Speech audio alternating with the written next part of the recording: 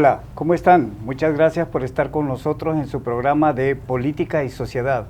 Estamos en Estudio 42 transmitiendo para toda nuestra gente alrededor de los Estados Unidos, o sea, la diáspora salvadoreña.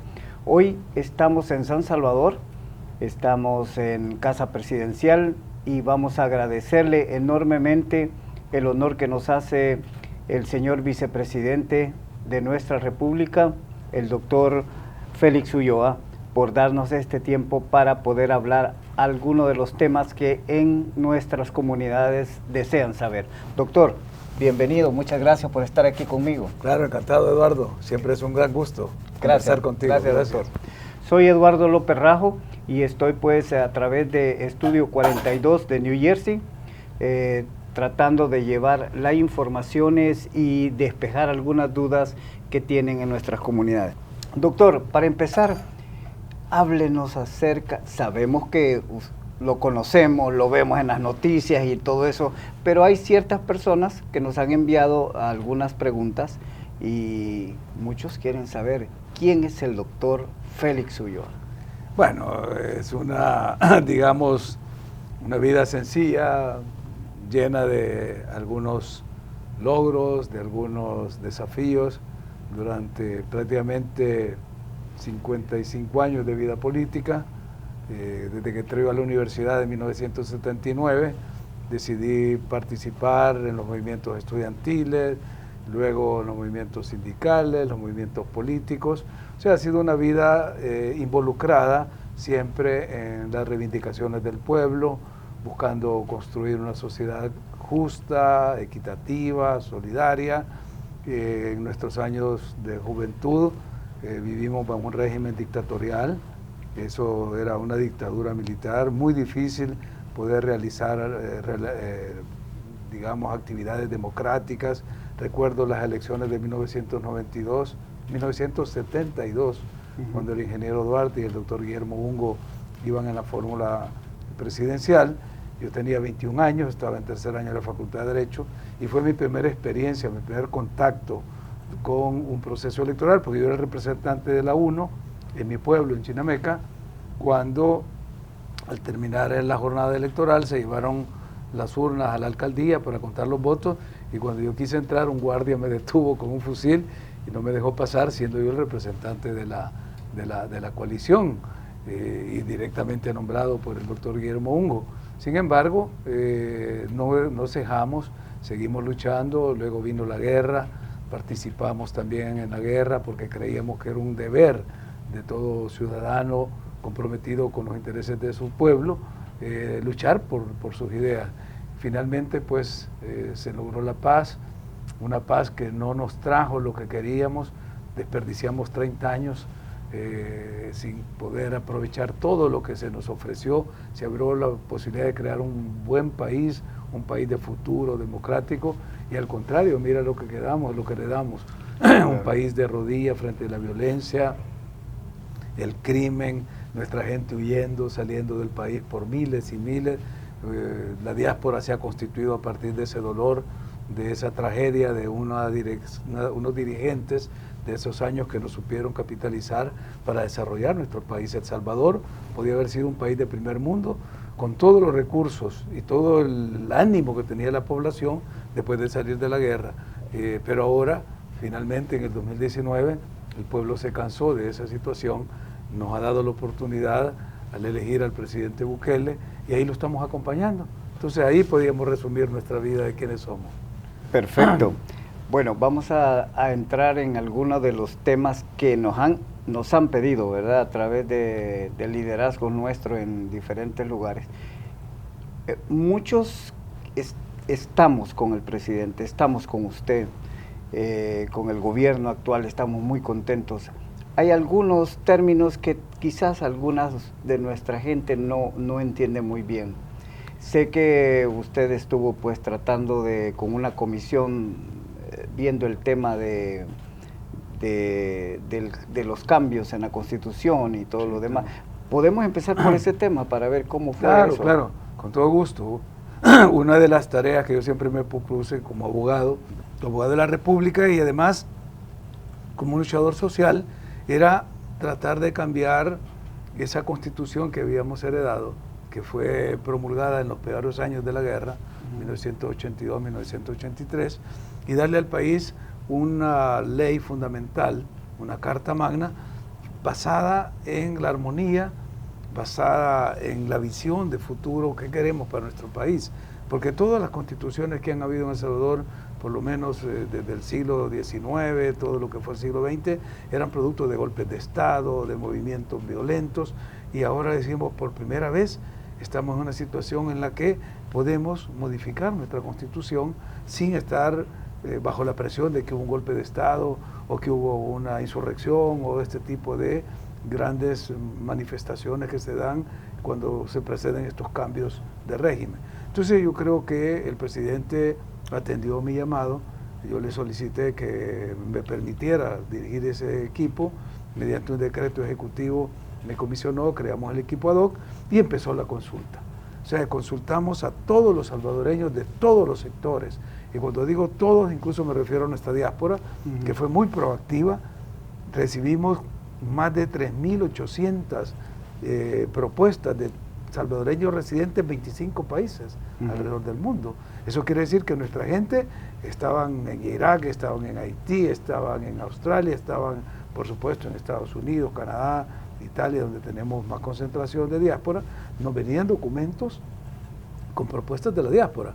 Y los que estábamos aquí dentro del territorio nacional, también fueron cientos y cientos de profesionales de todas las carreras que llegaron, organizaciones, instituciones, para dar su versión de cómo querían ellos, qué país querían que se reflejara en esa Constitución.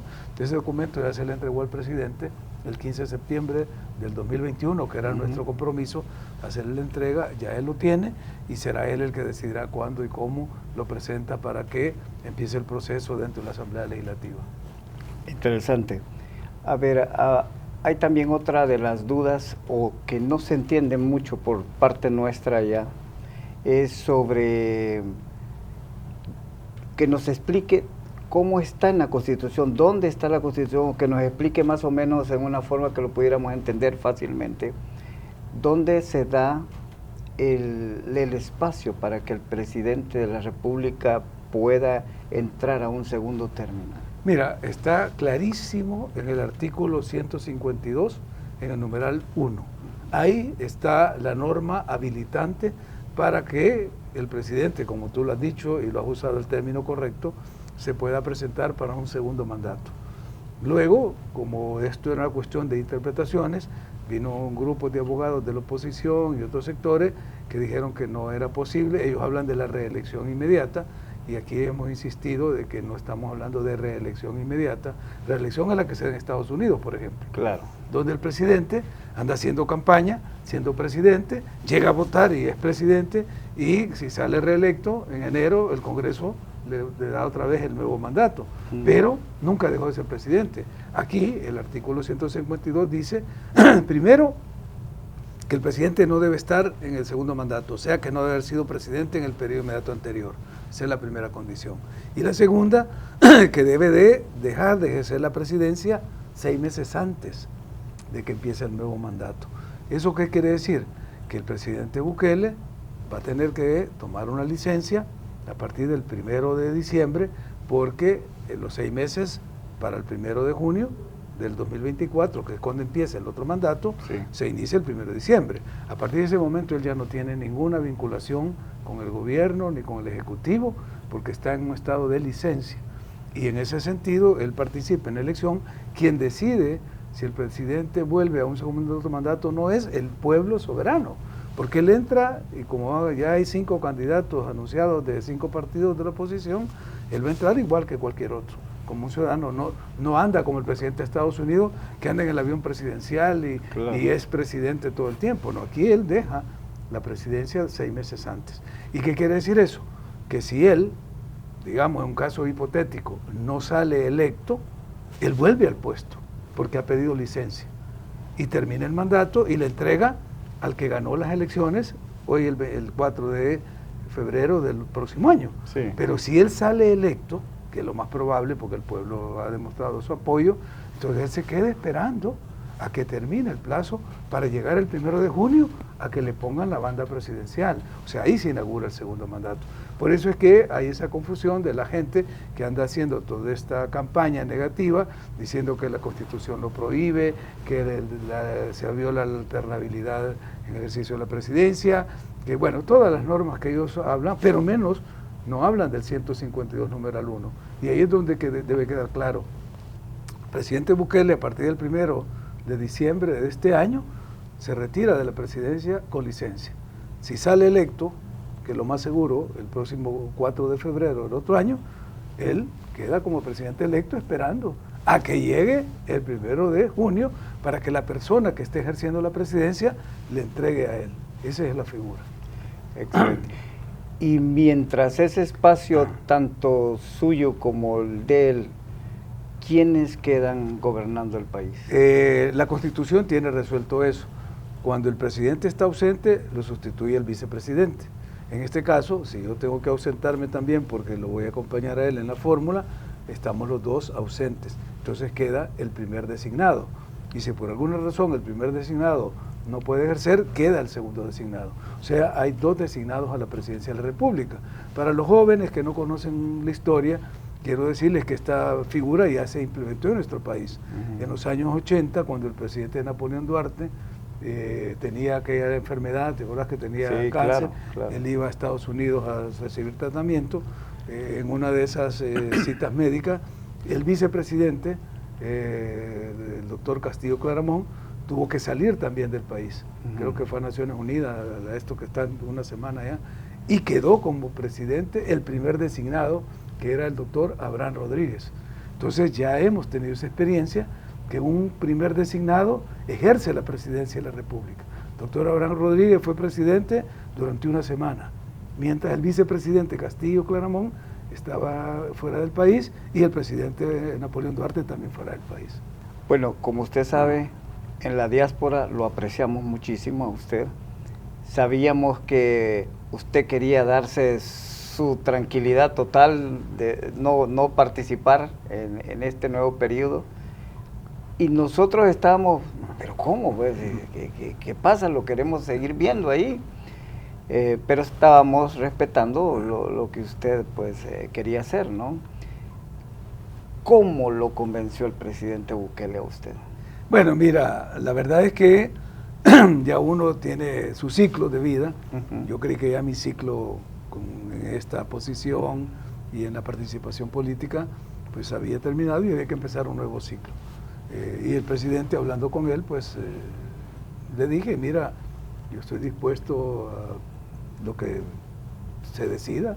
Él como, digamos, el líder, no solo de la nación, sino el que tiene que decidir quién lo acompaña en la fórmula, tenía que tomar la decisión.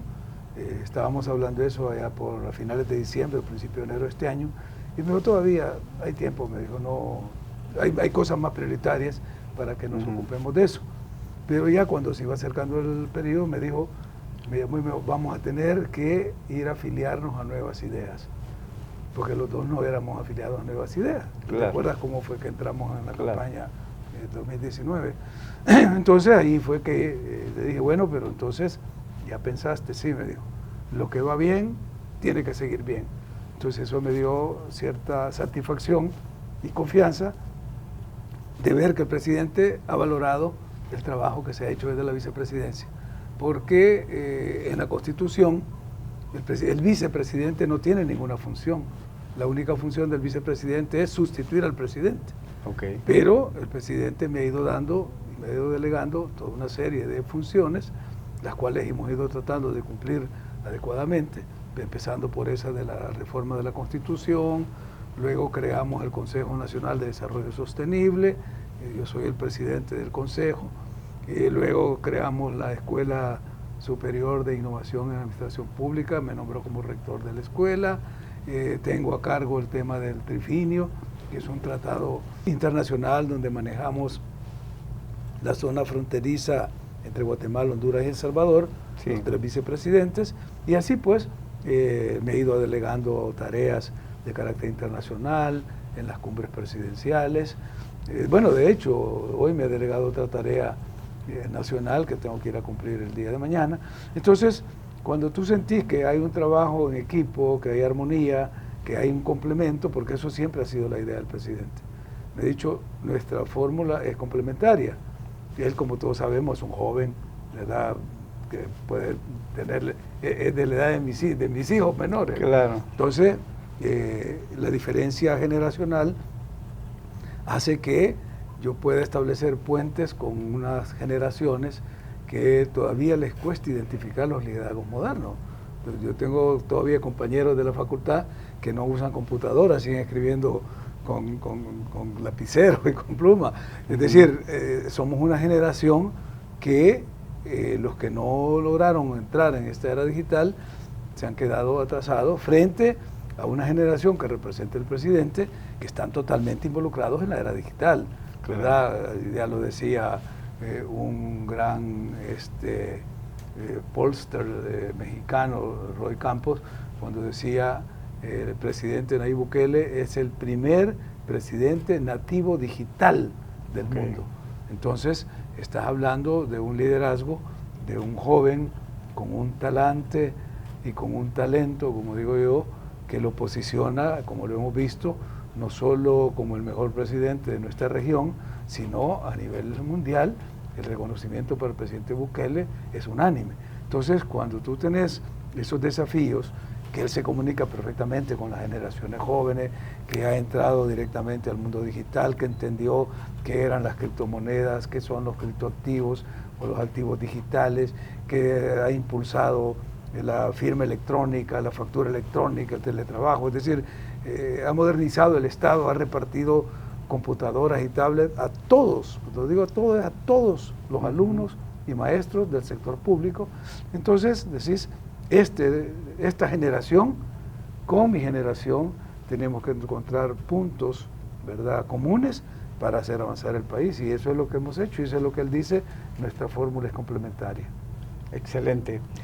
Vamos a hacer un corte comercial en este momento y gracias por estar con nosotros. Volvemos con el doctor Félix Ulloa, vicepresidente de El Salvador, desde la ciudad de San Salvador. Gracias.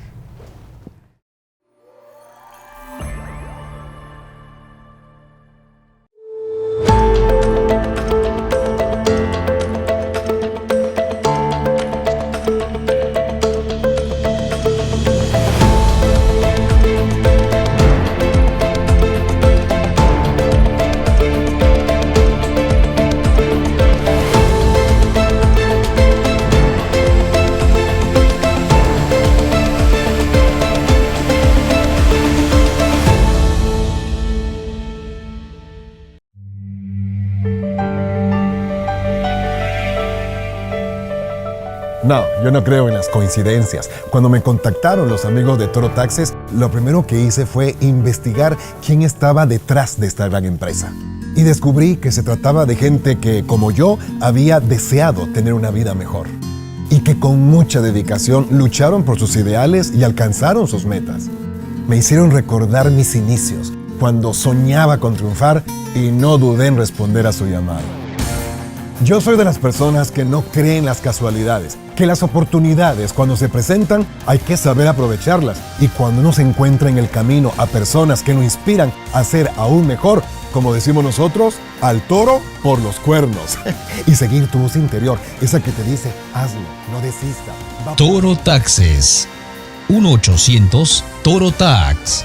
¿Alguien te da más? Nadie te da más.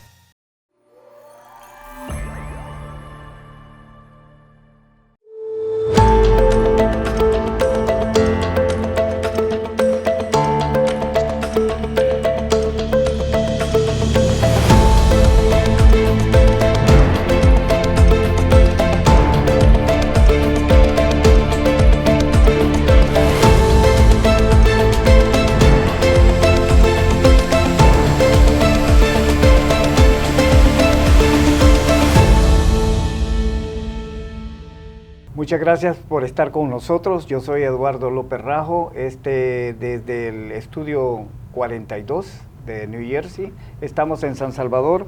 Estamos en una entrevista muy especial con nuestro amigo, el vicepresidente de la República de El Salvador, el doctor Félix Ulloa. Doctor, cuéntenos y explíquenos para que nos quede bastante claro a nosotros sobre la ley de excepción.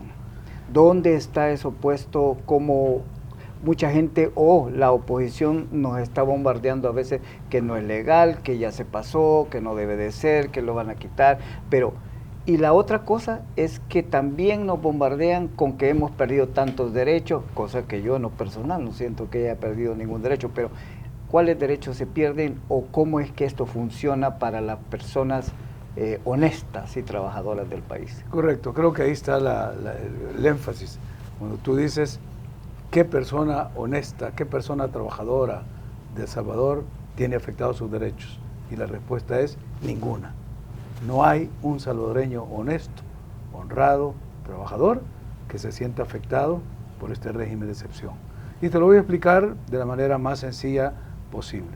El estado de excepción es una figura que reconoce nuestra Constitución de la República, o sea, tiene una base constitucional y se decreta por parte de la Asamblea Legislativa por una supermayoría.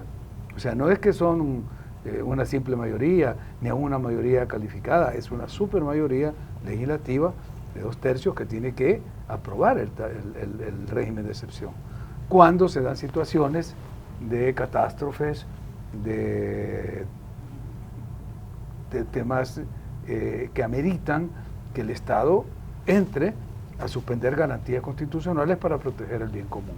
Entonces, el régimen de excepción lo hemos tenido aquí cuando hay terremotos, cuando hay inundaciones, cuando se dan este tipo de catástrofes naturales. Pero también se puede usar, y se ha usado en el pasado durante la guerra. Yo viví durante el régimen de excepción, casi fueron más de 6 años durante los años 80, porque había una situación de conflicto armado. Pues ahora, cuando se decreta la guerra contra las pandillas, para poder ganar esta guerra, se tiene que hacer un diseño normativo que les permita a las fuerzas del orden ser más efectivas. Y entonces se suspenden 4 garantías constitucionales. En este momento, hoy, este día, solo 2 garantías constitucionales están suspendidas. Por eso es que la gente no tiene ninguna afectación en su vida diaria del estado de excepción, porque solo aplica para las estructuras criminales. Estas garantías se están aplicando para las personas que son capturadas bajo el protocolo que tiene establecido el Gabinete de Seguridad, que están perfilados, que están en la base de datos, tienen antecedentes, y al momento de su captura se les suspende la primera garantía, y es que cuando a ti te captura la policía, a los 3 días te tienen que poner a la orden del juez o te dejan libre. Entonces ahora se ha suspendido esa garantía y te pueden tener 15 días. Esa es la primera. Y la segunda es que tú tienes derecho a la confidencialidad y la inviolabilidad de tu correspondencia. Pues ahora también esa está suspendida. Si tú eres parte de una estructura criminal y te captura la policía, la fiscalía, pueden revisar tu teléfono celular, pueden entrar a tu computadora, a tu correspondencia. Entonces es la segunda garantía que está suspendida. Como eso no le afecta a las personas honradas, nadie siente ningún problema con el régimen de excepción. Y cuando estas voces críticas que tratan de empañar la imagen del gobierno o tratan a toda costa pues de ir echándole una sombra a toda la luminosidad que nuestro país está proyectando en el mundo entero, tratan de generar confusión y distorsiona. Y si el régimen de excepción afecta a las garantías de los salvadoreños, ¿cuáles? Yo les comento, por ejemplo, acabamos de terminar los Juegos Centroamericanos y del Caribe. Aquí vinieron 5.000 atletas de todos los países. Aquí vinieron periodistas de más de 300 medios de comunicación. ¿Qué atleta nacional o extranjero fue afectado? Ninguno. O sea, aquí no, el régimen de excepción no afectó absolutamente ninguna de las actividades deportivas. Lo mismo son los certámenes que hemos tenido de Surf City. Hemos tenido ya 4 campeonatos mundiales de surf y todos los atletas que han venido han pasado como en cualquier país normal del mundo. Y ya vienen las actividades religiosas de ahora de agosto, la fiesta de Agostina. Vamos a ver, cuando el pueblo se congregue para ver la transfiguración del Salvador del mundo, a ver cuáles son las libertades que están afectadas. No hay ninguna. Entonces, como no hay ninguna libertad pública que haya sido afectada, ni en el pasado, ni ahora en el presente, ni si se mantiene el régimen de excepción. Entonces, para la gente que esté el régimen de excepción afectando en esas dos únicas garantías a las personas que están procesadas por pertenecer a estructuras militares, a la gente le parece correcto.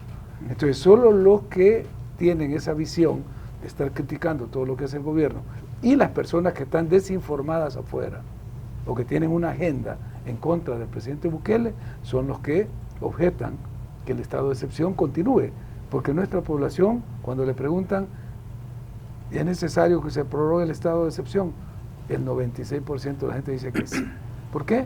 Porque eso ha venido a garantizar la paz, la armonía y el bienestar en las comunidades, que por la acción de estos grupos criminales se había afectado. La gente vivía con temor, con terror, bajo presión, extorsiones, asesinatos, violaciones, secuestro, todos los males estaban presentes, era el pan de cada día de nuestra gente honrada. Por eso es que ahora que estos señores están presos, hay más de 70,000 capturados y procesados, la gente está más que feliz y sigue apoyando que se siga manteniendo esta política de mantener el plan control territorial en su fase, en la quinta que vamos ya, que es la fase de extracción. Bueno, entrando al tema de seguridad, mucha gente que nos ha querido, los que vivimos fuera, nos han querido confundir con que jamás este gobierno ha tenido un plan de acción, un plan de trabajo detallado y ordenado en cuanto a la seguridad, sino que todo ha sido que hoy se lo inventó el presidente, mañana con otra cosa y todo lo demás, cosas que nosotros nunca hemos creído. Cuéntenos acerca de ese plan y de la forma en que hemos alcanzado esa seguridad en el país. Bueno, mira, el plan control territorial no es una improvisación, es un plan integral con visión holística que se presentó desde los primeros 15 días que entramos al gobierno. El día 19 de junio de 2019 el plan estaba siendo discutido y a partir del 20 de junio empezó el despliegue de nuestra fuerza sobre las comunidades. Es un plan que tiene 7 etapas, 7 etapas. Ahorita vamos en la quinta etapa. ¿Cuál era la primera? La primera era ir al territorio y tratar de recuperar el territorio que estaba bajo control de las estructuras criminales, de las pandillas. La segunda etapa, ¿cuál era? Era llevar los servicios del Estado que no se podían implementar por la acción de las pandillas. ¿Cuáles eran esos servicios? La salud. Había médicos y enfermeras que preferían perder el empleo, pero no iban a cierta comunidad, a ciertos centros de salud. ¿Por qué? Porque ahí estaban las pandillas y los tenían amenazados. La educación, las escuelas eran objetivo de las pandillas. Ahí estaban alrededor reclutando niños o vendiéndoles droga, agarrando niñas para tenerlas como jainas, es decir, era un acoso a la escuela, a los centros de salud. Entonces, llevar los servicios del Estado, y lo llevamos más allá, porque empezaron a llevarse y a crearse zonas deportivas para crear espacios públicos. La tercera fase, ¿cuál fue? Esa era la que nos iba a dar el músculo para derrotar a las pandillas. Una vez que ya teníamos el territorio y sabíamos dónde estaban y que estábamos devolviendo los servicios públicos, venía ya la etapa de entrar al golpe. Pero necesitábamos que las fuerzas del orden tuvieran capacidad, porque las estructuras criminales en algunas zonas tenían mejor armamento que la policía. Tenían equipos de comunicaciones, armas pesadas, dinero, municiones, y nosotros teníamos, como recibimos, una Policía Nacional Civil desmotivada, penetrada por el crimen organizado, porque ahí los pandilleros tenían cooptados ciertos puestos de la policía, sin municiones, con armas en mal estado, vehículos, sin chaleco, es decir, en esas condiciones recibimos la PNC. Entonces se pidió un préstamo al Banco Centroamericano de Integración Económica, el BCIE, por $109 millones, que nos fue otorgado. Y el gobierno firmó ese préstamo, pero para que nos dieran el dinero había que tener la ratificación de la Asamblea Legislativa. ¿Y sabes qué pasó? La Asamblea Legislativa, controlada por el FMLN y Arena, negaron ese préstamo. Se negaron, ¿por qué? Porque ellos tenían negocios con las pandillas. Tanto el FMLN como Arena están grabados en videos, están grabados los audios, donde están negociando uno con una pandilla y otro con la otra pandilla. Entonces, Para ellos era un compromiso que tenían que honrar con los cabecillas de las pandillas, es no darle a nuestro gobierno los elementos, los instrumentos, los recursos para su combate. Entonces hubo que esperar a que el pueblo le diera la victoria al partido del presidente de Nuevas Ideas en las elecciones del 28 de febrero de 2021 para que cambiara la correlación en la Asamblea Legislativa. Y sacaron a todos esos diputados corruptos. Mirá dónde andan ahora. Todos andan huyendo, están fuera del país, porque saben los delitos que cometieron. Entonces, que esta nueva asamblea, las primeras decisiones que tomó fue ratificar ese préstamo. Entonces, con esos fondos se empezó a equipar a las fuerzas del orden, a darles chalecos, a darles equipos de radio, armamento, municiones adecuadas, vehículos. Se compraron estos vehículos que nos permiten entrar en las zonas donde ellos se han ido a esconder, los Yago, los Sandcats, drones, visores nocturnos, es decir, la policía agarró músculo y empezó lo que cuando declaramos la guerra contra las pandillas. ¿Por qué? Porque cuando ellos sintieron la acción del Estado, que iban ya sobre ellos, reaccionaron un fin de semana violento y asesinaron más de 80 personas durante un fin de semana. Sí. Eso fue a finales de marzo del año pasado, para que no se nos olvide. Las pandillas sabían que cuando ellos querían negociar con el gobierno anteriores, lanzaban ofensivas, mataban gente y el gobierno empezaba a retroceder. Pues aquí la respuesta fue: ustedes mataron 80 salvadoreños. A partir de este momento, dijo el presidente, declaramos la guerra contra las pandillas, se decretó el estado de excepción y ahora pues estamos ya casi a punto de cantar victoria en esta guerra. Ahí entramos ya a la cuarta fase, que era pues prácticamente consolidar la presencia de las fuerzas del Estado en las comunidades, construir los cubos y construir toda esta reconstrucción del tejido social. Ya la gente está volviendo otra vez a vivir en normalidad, pero quedaban estructuras en las comunidades.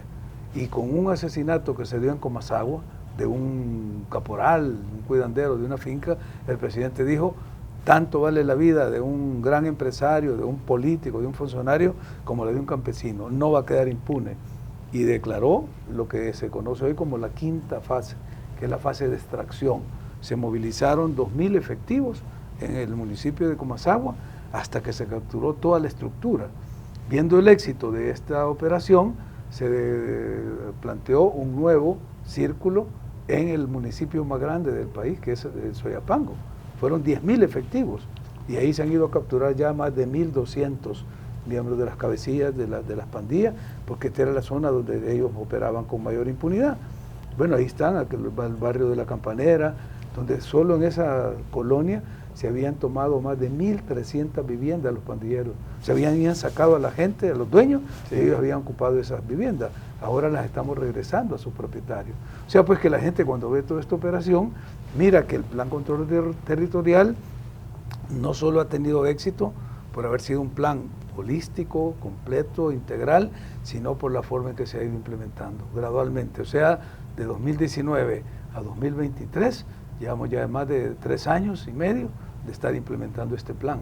Y ahora en condiciones favorables para las fuerzas del orden, porque no solo tienen un gabinete de seguridad dirigido por el propio presidente de la República, sino que los recursos necesarios para dar esta batalla y, lo más importante, el apoyo del pueblo. Claro. Estamos en la fase en que es la población la que nos está ayudando con información a descubrir dónde se esconden los últimos cabecillas. Bien, quiero retroceder un poco con lo de las elecciones y que tal vez nos explique usted, ese es otro punto que tal vez no le ha quedado bastante claro a nuestra diáspora, es sobre la resolución de la Corte Suprema de Justicia en cuanto a acceder a que pueda el presidente accesarse a hacer... sí, el segundo mandato. El segundo mandato. Sí, mira, eso fue una sentencia, es la 01-2021 del mes de septiembre del 2021, en la cual la Sala Constitucional, haciendo uso del legítimo y único facultad, potestad que tiene el único ente en todo el sistema del Estado de interpretar la Constitución, y haciendo una interpretación del artículo 152 en el numeral primero, dijo que la persona que ejerce la presidencia de la República puede optar para un segundo periodo si deja la presidencia 6 meses antes. ¿Qué pasó con eso? vino a resolver dos grandes problemas. El primero, que había una sala anterior que cometió varios delitos de prevaricato, que dijo que para que la persona que ejerce la presidencia pudiera presentarse de nuevo, tenía que esperar 10 años. Una locura, nadie sabe dónde salió, pero, como decimos aquí, las sentencias de los jueces se cumplen, los fallos de los jueces se cumplen. Y todo el mundo, los abogados, pues dijimos, estos señores están locos, pero es la sentencia y nadie protestó, hubo que acatarla. Hasta que una nueva sala cambia la línea jurisprudencial y dice no es necesario esperar 10 años. El presidente, el que ejerce la presidencia, se puede presentar como candidato si deja la presidencia 6 meses antes y no está en el segundo mandato, o sea, está en el primero. Entonces, con esa sentencia se resolvió el conflicto porque, como te decía, era cuestión de, primero, los abogados que estaban apoyando aquella sala díscola que dijo que había que esperar 10 años. Claro. Y los otros abogados que decían que no había que esperar nada.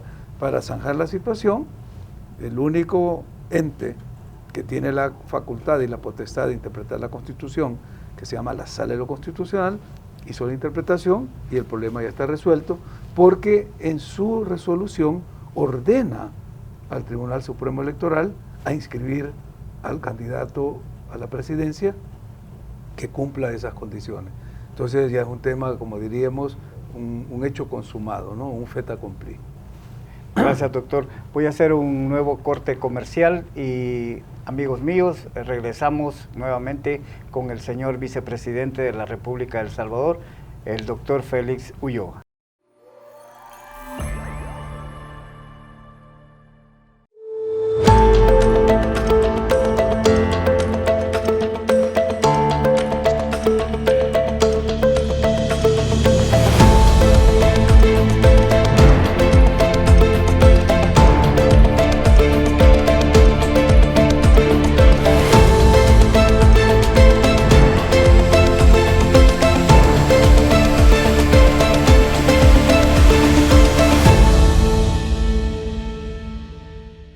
Trabajar en los Estados Unidos es el sueño de muchos. A mí se me dio esa gran oportunidad hace algunos años en la calurosa ciudad de Miami. Y cuando me tocó declarar mis impuestos, no quise tomar riesgos y fui con los más grandes, con Toro Taxes.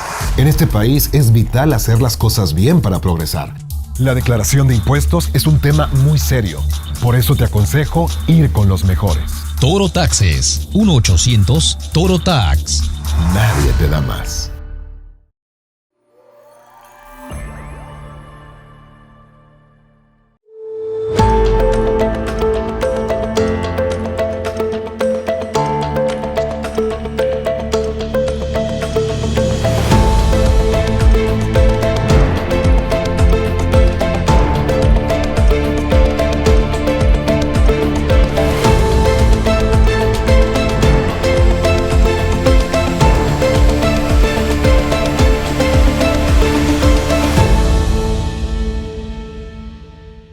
Gracias por estar con nosotros. Este es Estudio 42 de New Jersey. Estamos en San Salvador entrevistando a nuestro vicepresidente de la República, el doctor Félix Ulloa. Doctor, ¿cómo ve usted? Nos sentimos muy tranquilos, muy agradecidos que nos permitan y que por fin la diáspora pueda de alguna manera emitir el voto. ¿Qué esperamos con eso de la ley? ¿Cómo esperamos que trabaje el Tribunal Supremo Electoral? ¿Qué pasaría si algo sucediera y nos ponen una nueva fase de espera a los que estamos en la diáspora? Mira, yo creo que eso terminó, porque yo como parte de la diáspora, acuérdate que yo pasé más de una década trabajando fuera del país, igual que nuestros compatriotas, ganándonos honradamente el pan para nuestra familia, trabajando en muchos países. Y siempre que veníamos a El Salvador teníamos esa aspiración y esa expectativa, y con varios colegas, amigos de organismos que existían en la época, íbamos a la asamblea a pedir que se nos permitiera el voto desde el exterior. Y era una demanda que los partidos mayoritarios, ARENA y el FMLN, nunca quisieron jugársela porque no sabían a quién beneficiaba ese voto. Cuando por fin se logró en 2014, yo recuerdo que fuimos a pedirles que permitieran que 120.000 ciudadanos salvadoreños pudieran votar, porque habían 50.000 salvadoreños con DUI vencido. Le dijimos, no es necesario que saquen un nuevo DUI para votar, que sea solo para eso, que eso no sirva para otra cosa, porque ellos digan, no, porque eso hay que pagar para sacar el DUI, y si no la empresa que lo emite nos va a demandar. Y le decía, no, es que no le vamos a dar validez al DUI, sino solamente como un instrumento de votación. No quisieron.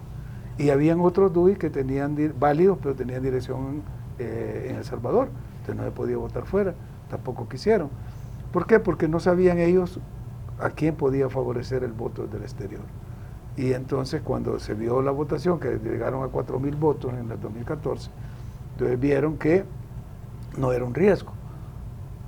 Pero cuando fue la de 2019, 5 años más tarde, que ya la diáspora se había volcado para apoyar al presidente Bukele, ahí sí los dos partidos se pusieron de acuerdo, y como ellos controlan el Tribunal Supremo Electoral de la época, empezaron a poner una serie de obstáculos para que la gente no pudiera votar. Mi hija, que vive en Ottawa, llenó 10 veces con su hoja, porque había que descargarla, firmarla, llenarla, mandarla por fax para un número al tribunal, sí. Y no pudo, hasta que yo le hablé a un magistrado y la habilitaron y lo lograron.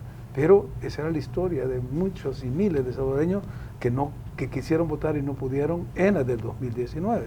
Entonces, viendo todos esos obstáculos que siempre se le puso a la diáspora, hoy se han tomado medidas con esta nueva ley que facilitan el voto. Incluso hasta con pasaporte se va a poder votar. ¿Por qué? Porque es un derecho humano, natural, propio de todo ciudadano. Está en la Declaración Universal de Derechos Humanos. Entonces, no había por qué estarle poniendo cada vez más obstáculos, sino que al revés. Toda la doctrina y el derecho electoral te dicen que la función de las autoridades electorales es facilitar el voto. Aquí era al revés, aquí era complicarle el voto, complicárselo y hacerle cada vez más difícil. Para no seguir con esta historia, porque ya es historia pasada, lo que viene ahora es que esperamos que la diáspora haga uso de ese mecanismo, porque ahora ya no hay excusa. Ahora ya no tenemos el problema de que el DUI está vencido, o de que si no tengo el DUI no tengo otro documento, está el pasaporte, se puede votar de manera electrónica, es decir, ya se habilitó el voto electrónico. Entonces, las facilidades están dadas. ¿Cómo lo va a hacer el ciudadano? Va a depender de su nivel de conciencia. Ahí es donde los liderazgos de la diáspora, personas como tú que tienen un reconocimiento a nivel de los Estados Unidos, pueden y deberían de hacer esos llamados a nuestra diáspora, a nuestros compatriotas, para que participen, porque este proyecto es parte del nuevo Salvador que todos queremos construir. Entonces, entre más respaldo tenga, entre más apoyo se le brinde, va a ser mayor la legitimidad que se le va a dar. Así que mi llamado es, aprovechemos ahora que el voto desde el exterior nos presenta todas las opciones y las facilidades para que podamos emitir el sufragio y no nos quedemos en casa. Y si nos quedamos en casa, votemos desde casa, a través de la internet, porque se va a permitir. Perfecto. Como usted sabe, y vuelvo a repetirle, muchas de las cosas que suceden en el país y que tienen que ver con los Estados Unidos hace tambalear a nuestra diáspora pensando cosas, y más cuando cuando tratan de hacernos pensar en el lado equivocado, ¿verdad? El TPS fue renovado por un periodo más, y eso nos agradó a todos. Son 200.000 salvadoreños que se vieron beneficiados una vez más. Sí. Mucha gente le dice a la diáspora que eso a veces queda tambaleante el tema, porque el gobierno de El Salvador no se inmiscuye, no hace nada, no presiona y todo eso. Pero muchos en el liderazgo sabemos que es una cosa que no depende del gobierno de El Salvador, sino que es algo que es algo de la presidencia o del gobierno de los Estados Unidos, quien por más de 20 años ha estado dándolo. Yo quisiera que usted les explicara, para que no vean que soy yo el que estoy diciendo eso, cómo es el trato que El Salvador hace con el gobierno de los Estados Unidos en este aspecto. Bueno, miren, definitivamente tenemos una buena representación diplomática Nuestra embajadora en Washington ha sido muy diligente en este tema. El servicio consular en todos los 50 estados también se ha activado cuando hay que mover, hacer campañas, hacer gestiones con los congresistas en los diferentes estados. Pues recordemos que este es un tema de ley. El Ejecutivo puede dar una acción ejecutiva, como se dio para los Dreamers y otro tipo de acciones que ha dado el gobierno de Estados Unidos, pero también esto pasa por el Congreso. Y ahora que se involucra también el judicial, porque hay jueces que entran a estar resolviendo temas migratorios. Yo creo que lo importante es que nosotros, desde el gobierno actual y con el gobierno actual de los Estados Unidos, hemos tratado de restablecer una relación que había sido golpeada por la acción, yo digo, de poca experiencia política de los primeros enviados que vinieron de la administración Biden. Correcto. ¿Verdad? Cuando empezaron a venir acá a querer dar órdenes y a querer, no, les dijimos aquí, no, esto no es el patio trasero de nada, aquí esta es una nación soberana y se respeta. Sí. Y a partir de ahí pues empezaron a haber algunos medios que quisieron echarle leña al fuego, generar un clima de confrontación que no existía, porque nunca hubo ningún problema con el gobierno de Estados Unidos, y a partir del cambio que ha habido con el embajador actual, con el embajador William Duncan, hay excelentes relaciones, el presidente acaba de tener una buena conversación con él, entonces creemos nosotros que teniendo esta armónica relación con el gobierno de los Estados Unidos, no solo el TPS, sino cualquier otro tipo de proyecto que favorezca a nuestra diáspora, se va a poder implementar. La aspiración nuestra es que no se esté prorrogando el TPS, sino que las personas que ya califican puedan cambiar de estatus, puedan tener ya su residencia, y la gestión nuestra es decirle, miren, el salvadoreño por definición es un buen ciudadano en la comunidad, es un contribuyente fiel que paga todos sus impuestos, es un ejemplo comunitario, es una fuerza laboral que para muchos y de otras comunidades somos la envidia de ver cómo trabajamos de duro los salvadoreños y somos una inspiración. Entonces yo creo que con esas credenciales para nuestro gobierno va a ser más fácil poder entrar con los liderazgos del gobierno de Estados Unidos y del Congreso a hacerles un planteamiento y que podamos dar ese cambio y dar ese salto de un estatus temporal a una situación de regularización permanente. Perfecto, yo quiero nada más dejarle a usted el sentir de los salvadoreños en el exterior, creo que este gobierno, independientemente de si la gente sigue al gobierno, al presidente Bukele, a su persona, independientemente yo creo que uno de las cosas que nos ha ayudado a nosotros como personas, como salvadoreños, es que nuestra autoestima de ser salvadoreños, el orgullo ha renacido, nos sentimos felices, porque totalmente ha cambiado aquel estigma que teníamos, ¿verdad? Cuando nos preguntaban ¿de dónde es usted? Y uno decía El Salvador, y inmediatamente usted es un salvatrucha, usted no sé qué, usted no sé cuánto. Muchísimos ya no decían de dónde eran, ¿verdad? Por ese temor pero ahora, cuando nos preguntan y decimos que somos de El Salvador, inmediatamente nos relacionan con el presidente Bukele, con su gobierno, su persona, y eso, y todos dicen, ojalá que pudiéramos tener un gobierno y una persona, un gobierno y personas como el presidente, como el vicepresidente, que lo tuviéramos nosotros. Así que eso nos ha levantado la estima como salvadoreños, nos sentimos ya mucho más orgullosos, hoy ya no en silencio, sino que lo decimos a los cuatro vientos.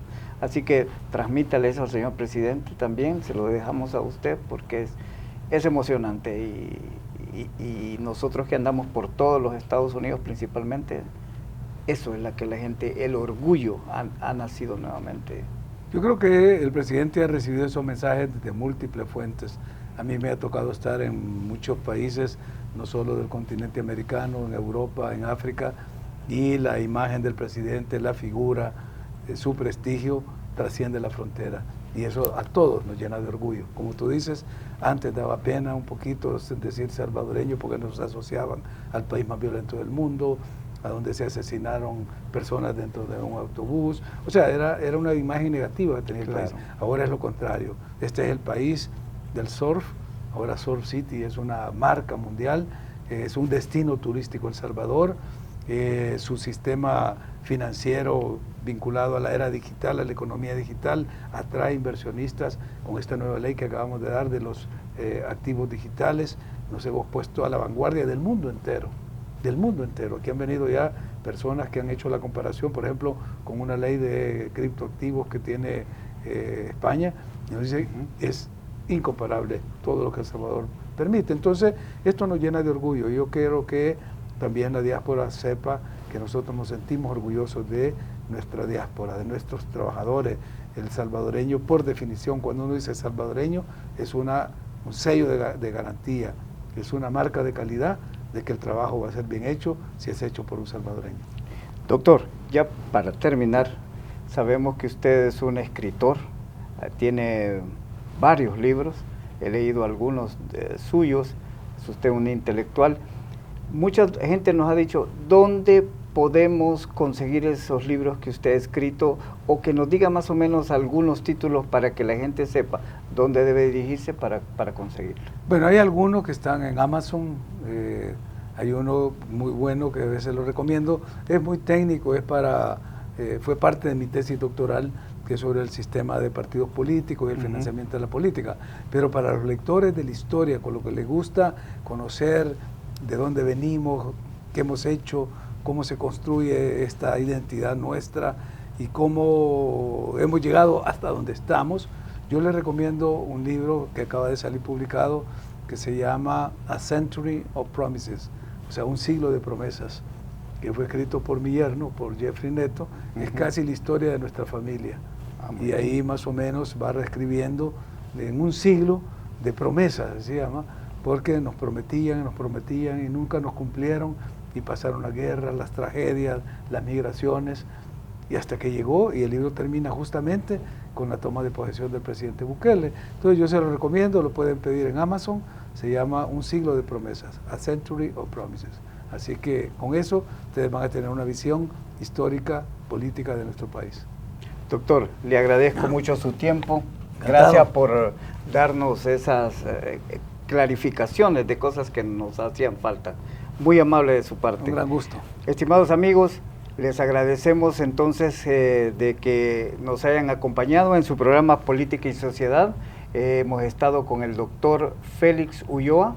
Él es el vicepresidente de la República de El Salvador y estamos aquí en su despacho en Casa Presidencial. Gracias y hasta luego.